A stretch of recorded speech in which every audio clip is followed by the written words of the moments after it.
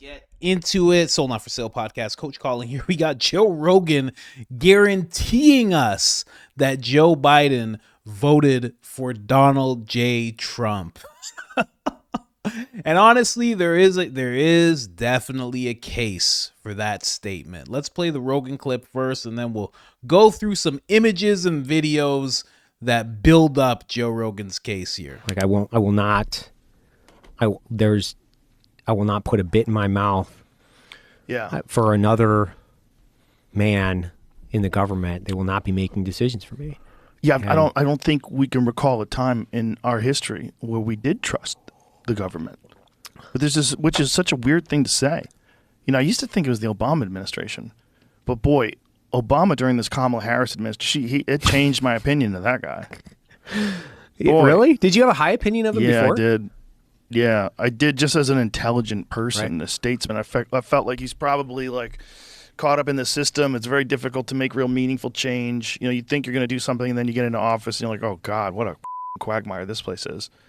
But watching him just straight up lie about Trump, the thing that got me was that very fine people thing, the white supremacist thing. They just kept trying to say that he was a racist, which is this thing that I think worked in like 2017. Yeah. You know, I think it worked back then. I don't think it works anymore. I don't think people believe it anymore. I think that we've gotten numb to all this stuff. Well, it's the sky is falling thing, right? Yeah. It's like cry wolf or whatever. It's like you guys can only call me a fascist so many times. I mean, like the New York Times wrote that article a couple years ago, right? Where I'm like, it was the front of the coffee cup where it's like, do you want Trump 2024? Do you want low taxes? Do you want this? Do you want that? I'm like, I want all that. It sounds good.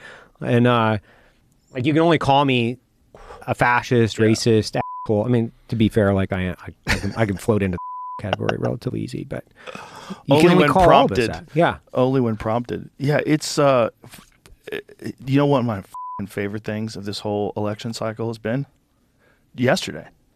When Biden and Trump sat down in the White House. Yeah. Biden voted for Trump. I guarantee it. I guarantee it. I never saw that dude so happy in his life. He lost. His party lost. Like, He was happy. When Obama had to shake hands with Trump and do the whole transition thing, Obama looked like Jesus Christ. Look at Biden. Look at his smile, dude. Trump's like, whatever. Dude. Look at his smile, man. That's like when your kid gets married.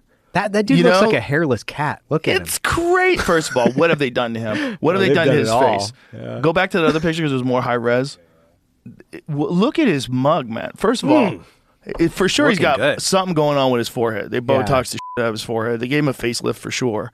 There was a bunch of different things they did, which very ill-advised, by the way, folks. Look at Trump. He looks like shit. No one cares. Everyone loves him. You don't look better if you get your face pulled back like a lizard. No. You just look more like a lizard. Everybody thinks you're a lizard already. But look at that smile. That mother's never been happier in his life. In his life. He's like, that bitch. She went down. You can't tell me he wasn't happy. Like when he put that MAGA hat on. You ever see that? Oh, yeah. He put the MAGA hat on. And he took it with him on the plane. I guarantee you, that motherfucker was happy. He had a giant smile on his face. He said, welcome back to him. I thought it was Hitler. I thought he was dangerous. Yeah, I mean, that's what they all said, right? It's like, hey, this is he's a threat to democracy. I thought he was a Nazi. And then all of a sudden it's like, oh, hey, we're going to have a smooth transition here. This was the guy that you said was sharp as a tack. He was going to be up until 4 months ago.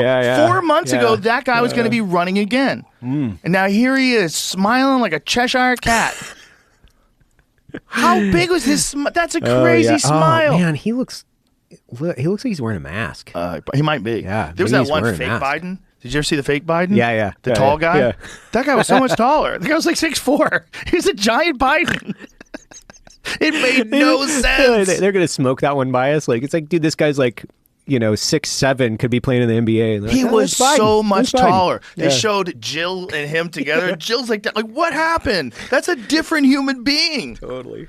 It's so nuts, man. It's so nuts. All the different things that happened during this election are wilder than anything you've ever seen in a movie. It brought so many more people into politics too. And people, like, the more people pay attention to what's going on with politicians, with the country, I don't think that's a bad thing because I think bureaucrats and politicians alike, they directly benefit from people not paying attention. Yes. And so they only want you to pay attention once a year when they're going to try to get everybody galvanized around a couple little stupid things and then get them out to the voting booth, but not too many. Like, we don't want a lot of complex thought out of the voters. We don't really want them to think about too much, right? Because we still got a national deficit that we got to increase, and I got to line the pockets of all my buddies. Yeah. Raytheon, Northrop Grumman, and Lockheed Martin. Like, we don't want them to get in too far. Yeah. Like, don't start talking about the reserve, or don't start talking about any of that other stuff. Yeah. Like, I think that's what it is. Well, I think that's also why politicians some of them at least, are terrified of podcasts. Yeah.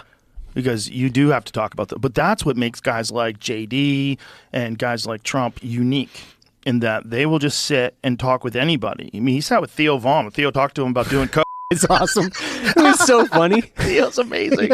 It was amazing. Theo has an ability to be himself no matter who he's talking to. And him talking to Trump about how he used to love to do It was like, and Trump just sitting there, which was super funny, by the way. He's sitting there like this poor guy. Like, you see Theo falling apart in front of you. Like, Jesus Christ, I thought I was running for president here. I think I might have to help this young fella. Who do I need to talk to about this? But, Kamala didn't have the ability to do that. Or if she... Yes, she did not have the ability to do that. Joe, I think he's right. I think he's right about Biden. Everybody knows Biden has been saying these little things here and there while Kamala was running for president. There have obviously been a number of crises that the country has been facing over the past several days, with the hurricane, with the port strike, with the situation in the Middle East. Can you talk about how your vice president, who is running for the presidency, has worked on these crises, and what role she has played over the past several days? Well, I'm in constant contact with her. She's aware we're singing from the same song sheet.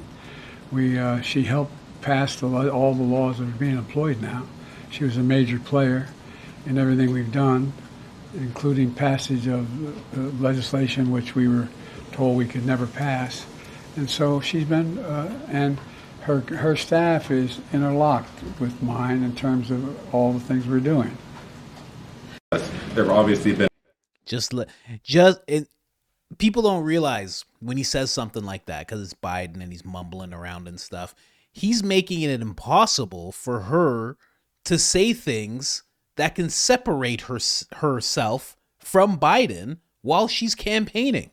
There was nothing she could do after he would say stuff like that. And that's what had people like Tucker Carlson and Rogan and everybody just saying he must actually hate her. A lot of people pointed to this. They said this was 2 days apart.